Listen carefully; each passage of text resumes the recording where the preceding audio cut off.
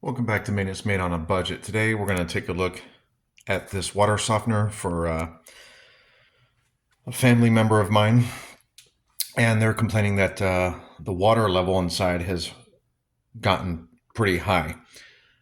And so what we're going to do is, this is a kenmore. So what I did is, well, let me show you what it looks like inside. I'll open that up. And you can see there, water level is high, and that is not normal. You shouldn't be getting that water coming above their rock level. And it's at, it looks like the rock level is maybe just a 1 inch, or I'm sorry, 1 foot. It's at the 1 mark, and then the water is up to like 3. So yeah, that's not right. So did some background on this, and one of the culprits could be the venturi valve. But first thing you want to do is you're going to want to unplug the unit. So unplug the unit. I already did that. I got it unplugged. Here is a bypass for your water system. This is the part that I got. Let me get that out of the way. So you see where your water comes in from the home, goes through the unit and back out, or you can simply push this in and that'll bypass so you don't get any more water coming in until you get to figure out what you're doing.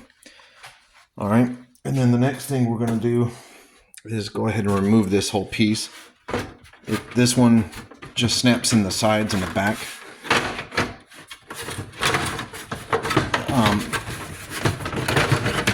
I've already done that, but so one of the things, okay, so first thing is you've got the unit back here.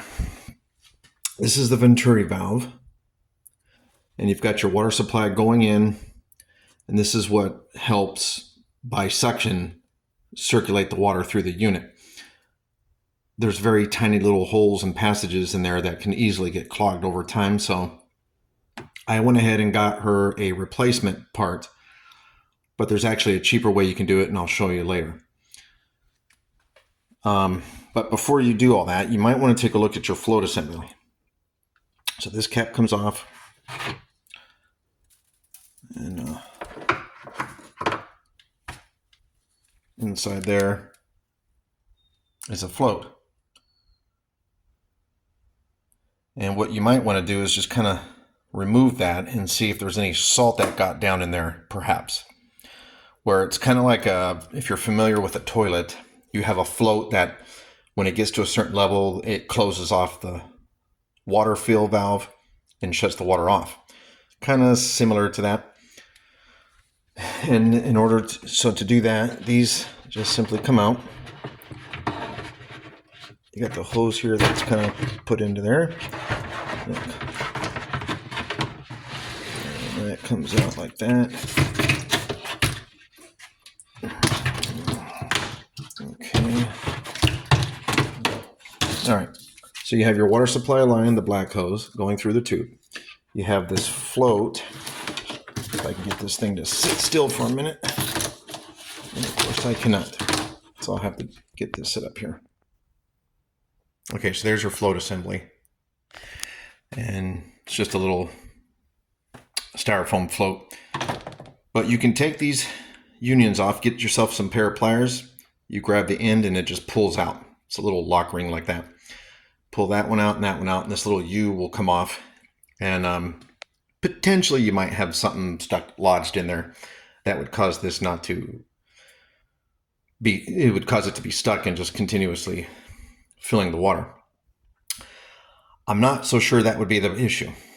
But if you're trying to eliminate step by step and go with the most cheapest thing first, you can start with that. All right, I'm gonna go ahead and put it back. I pulled that and already looked at it, and there's nothing that appears to be off on that. So we'll slide this hose down and then make sure we put the cap back. That little tab goes on the hose side. Okay, just make sure that's covered. All right, so now the next thing I'm going to do is remove my venturi valve. And here it has one of those black brackets here. So we'll go ahead and get my pliers and pop that off. It's got some needle nose pliers. And that just comes off. They look like that. Set that to the side for a minute. And then we'll go ahead and loosen that. Of course, that's on there extremely tight, so let me get some pliers for that. All right. There we go.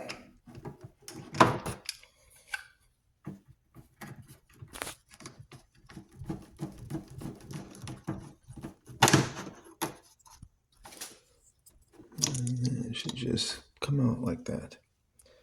All right, so I'm gonna go take this to a bench. Okay, so this is the venturi valve. Now, there's two ways to do this. What I ended up doing was getting the whole part because I wasn't exactly sure what would be the cause of the issue. And I didn't want to have to fumble around with taking pieces apart. So the brand new part, I think it cost upwards of close to $30, I believe. Or what I'll show you in a minute is this comes off and there's a rubber gasket in here, which most likely is the culprit. And it's a lot cheaper if you want to just replace that. But first we'll go ahead and put the new one in. Here's the new one. If you want to get that part number, hopefully it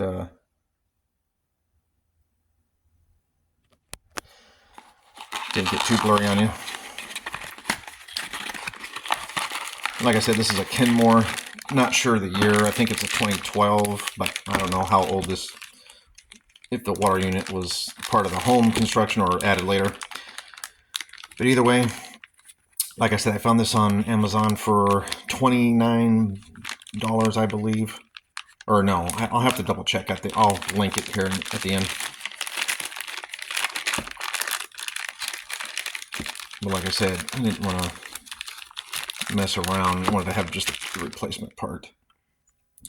And there's no part number on it. But anyway, all right, so we'll go ahead and get this back in. All right, so you can see it's got the little slotted groove. Kind of just line up those two holes. Press it in there. And get that back down. And snap that in. Not hard to do at all. And if you're not the type that likes to take things apart, you might want to just go this route and buy the replacement part and just put the new one on.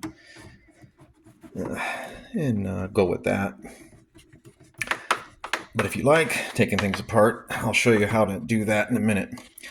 So we're going to get that back on. And now what we're going to do is open the bypass valve back up. And we're going to plug this unit back in and see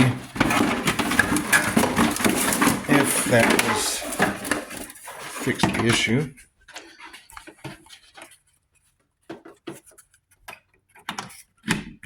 All right. And let's see here. What we want to do is charge it and see how it works.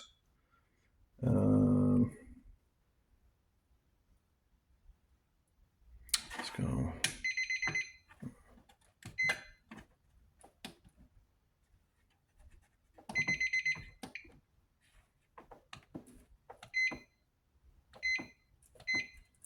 Okay. All right. So I'm going to get this set up to run through its charge cycle and we'll see if that worked. Okay, so we got it. It's just press and hold for starting it now versus on its cycled automatic runtime. And it's going through its thing. I can see that it's definitely going through there now. And we'll wait and see how it charges and what happens. So while this is doing its thing, we're going to go and take the other part apart. Okay, so here is the old one. this just unscrews. And then you have a set of gaskets and filters. This comes off. The old filter. Lots of corrosion in there, as you can see. Pretty nasty. And then you have there should be a little spring. I might have to get some.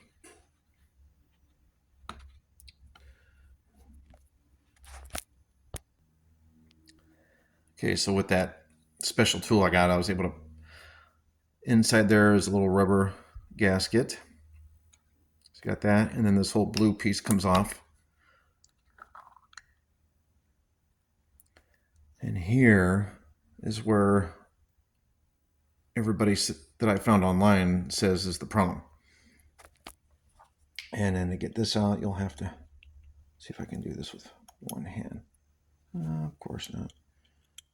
There's also a spring in there, I believe. If I can get that. Okay, so that's the piece. This is the piece that needs to get replaced. It's just a gasket, and it sits on the bottom there, and it has a little hole, half moon shaped hole here that lines up to this right here. And you can see that little filter in there as well.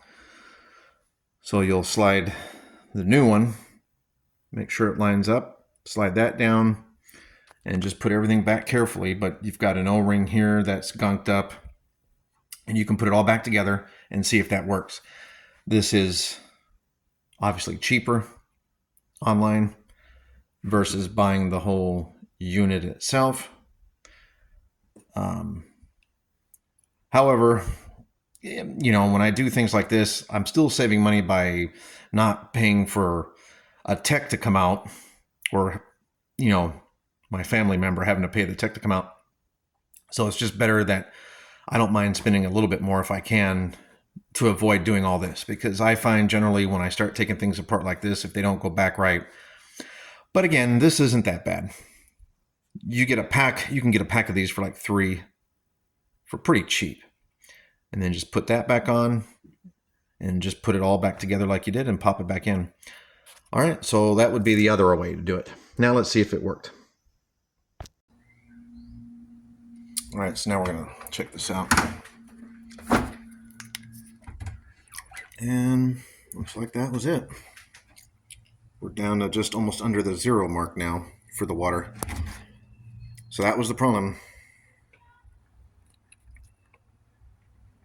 So that was, came back and checked it after 24 hours.